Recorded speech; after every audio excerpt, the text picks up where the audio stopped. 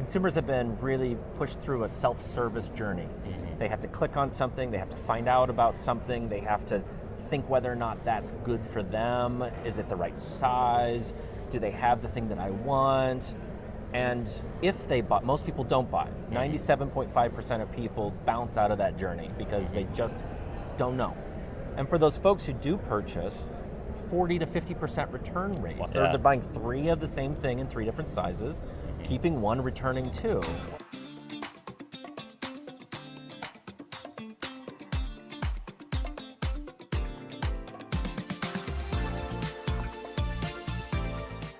What's going on, everybody? Welcome back to another edition of the Ad Podcast. It's day 1 here at Shop Talk, and I have Andy Anderson, the CEO of Mindover Media AI. Andy, thanks so much for coming on, man. Thank you. So tell me a little bit about yourself, tell me about your company, and what brought you to Shop Talk this week. Thanks. Let's see, a little bit about myself. Come from marketing, distribution, and licensing of a film studio. Oh, That's let's where I go. spent most of my years. And really focused in on direct-to-consumer relationships, was spending tens of millions of dollars in marketing and then trying to move those audiences to another platform to transact. Yeah. And that wasted a bunch of capital. And so moved out of there, moved into CPG brands, mostly founded by celebrities and talent. Oh, that's fun.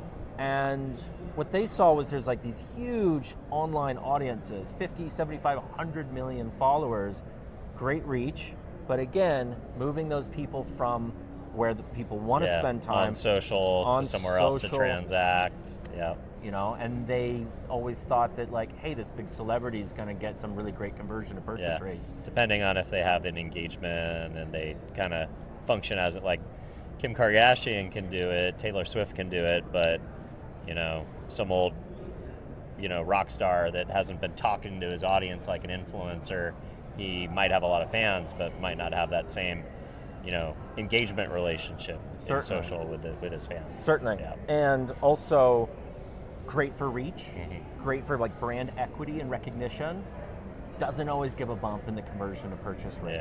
Yeah. And so my partner and I built Mindover Media, and we really focus in on what is discovery right now and also how to improve customer experiences. And there's a lot of ways we do that, but really about bringing product catalogs, information, brand story into native channels. So whether that's Instagram, Messenger, X, email, SMS, WhatsApp, you name it. Any channel that the brand can own through a relationship with a third party and an audience. That's right. And that's where their customers are spending all of their time. Yeah. They don't want to be redirected. Yeah. So instead of going to websites. Totally. So instead of going from audiences to moving audiences to inventory, how do we move inventory to audiences? And that's our big unlock. And so that's what we focus the company around, and really just inevitably creating a better relationship between the brand and the consumer, and also serving in an omni-channel world, because heck, we are omni-channel, and some days I'm in Facebook, and some days I'm in Instagram, and some days I could be on a website, and nowadays I'm in an LLM, right? Yeah, and so like, where am I doing my discovery, and can the brand meet me there? And that's what we've really focused on. I love it. So are you helping the brands basically think about this ecosystem and like also how to drive transactions? Like you think about a TikTok shop and Instagram shop and YouTube shop, and I don't know how prevalent the other two are. I know TikTok shop is massive, but are you seeing that same willingness to transact on kind of legacy platforms that maybe didn't have as much of a focus on that as early as TikTok did? Like, I can't think of any time that I've ever purchased something while on YouTube. I might have saw something and then bought it later because I saw it as an ad, but I'm not generally clicking on a button and transacting in YouTube or Meta products. Right. And it's not, they have the products there, but the discovery element still isn't there. At the end of the day, consumers have been really pushed through a self-service journey. They have to click on something, they have to find out about something, they have to think whether or not that's good for them. Is it the right size? Do they have the thing that I want? And if they buy, most people don't buy. 97.5% of people bounce out of that journey because they just don't know. And for those folks who do purchase, 40 to 50% return rate. Wow, Because, that's crazy. Isn't I it? feel like they got duped. When they're buying with low confidence. They're buying 3 of the same thing in 3 different sizes, keeping 1, returning 2. Yeah. Well, now the brand is underwater because they've lost the transaction. They have to pay for the logistics. Yeah. And they've digital also theft, as they say. digital theft, right? That's what my wife the other day, she's like, oh, I'm definitely digitally stealing this item. And I was like, what does that mean? She's like, well, basically I'm buying it with the intention of returning it before I even, get so there, common. right? So common. Because it's for a certain occasion, or if it's like, I just know I only need it once, and that's going to be how it is. You just tuck the tag in. Well, my wife does modeling and acting, and so do my kids, so maybe it was like an audition There you thing or go. something like that. That makes sense. Yeah. I mean, what customers have lacked for the last 2 decades is some guidance in their online journeys. Yeah. In the retail location, of course there's somebody there to meet you, Yep. to ask what you're there for. With varying degrees of expertise and customer bedside quotient, and like some are really helpful, some are half brain dead these days. And, For sure. It's definitely a part of your brand experience is, do you have staff that feels well trained and feels like they want to be there? And I think that actually is what for a long time drove e-commerce, is because we felt like when we went into retail locations, like it was a bad experience. Things were ugly and they weren't kept up, and the people who were supposed to have product knowledge just didn't have it. Agreed. Yeah. Think about what is the best version of that. Think about in the luxury space. Yeah, or electronics, where they know like they can tell you A, B, and C comparison, like here's what all these things do and why I think this one's better, and you can feel their passion. Feel their passion for it. They sit there to answer your questions. And with the luxury space, it's also a certain element of clienteling. They might know your name. Yeah. They probably know when your birthday is. Yeah. They know who you shop for. At one point, every piece of furniture in my house was West Elm, and there was a reason for that. Yeah, exactly. And so can you bring that in-person experience to online? And of course, all the brands have different revenue compositions. Maybe 50% of their sales is online. Maybe 90% of their sales is online, or up to 100.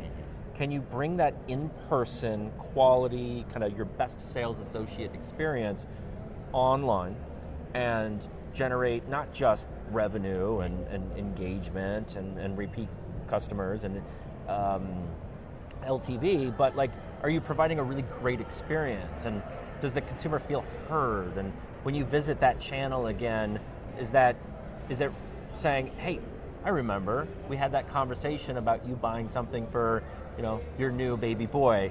Are you here to buy something else for him? Can I make some recommendations? That's the clienteling kind of luxury feel that brands can, now have, because of they're using these pretty sophisticated AI systems. Interesting, yeah. So it's basically like when I hit the chatbot button on an online retailer, it's supposed to feel more human. It's supposed to feel more premium. It's supposed to feel like they know me, not just because they have reams and reams of data on me, but it's like that human touch that's kind of like finessed in a way that doesn't feel off-putting or creepy or Big Brother, but feels very added value. Like they're really, you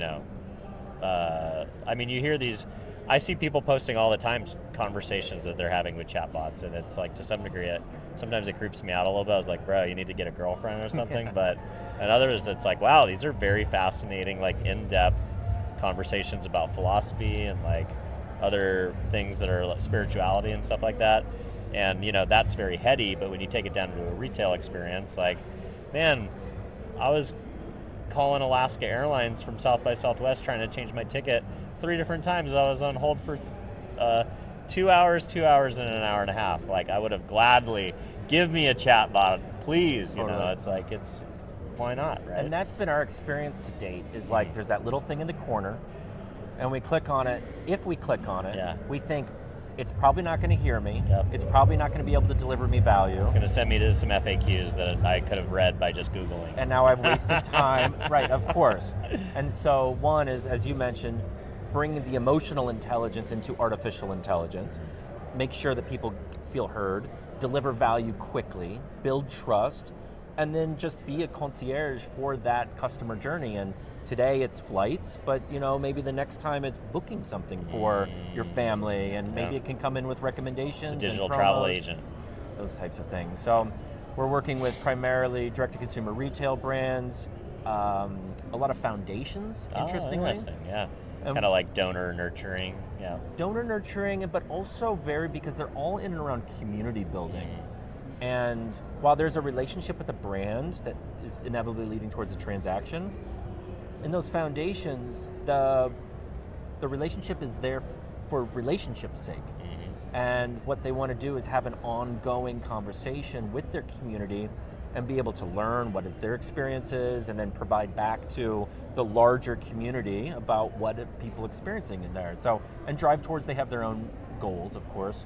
And so we're finding a lot of interest in foundations, brands, and I'm here at Shop Talk. You asked that question 15 minutes ago. Sure. But I'm here at Shop Talk just to speak with other clients and understand kind of like what their challenges are. And the funny thing is no matter if it's a DTC brand or a foundation or a travel booking or something else, they're all dealing with the very similar problems, which is they don't really have relationships with their customers. Yeah, and this data and this new technology is a great way to achieve relationships with your customers at scale without you having to have a human in every component of that. That's it. Love it. Awesome, man. Well, if folks want to follow along, Andy, connect with you, learn more about the company, where do you want to send them? You can visit me on LinkedIn. It's Mr. Andy Anderson, and the company's Mindover Media. You can check us out online at mindovermedia.ai. Awesome. Thanks, brother. Thank you. Have a great Shop Talk. Thank you very much. Cheers.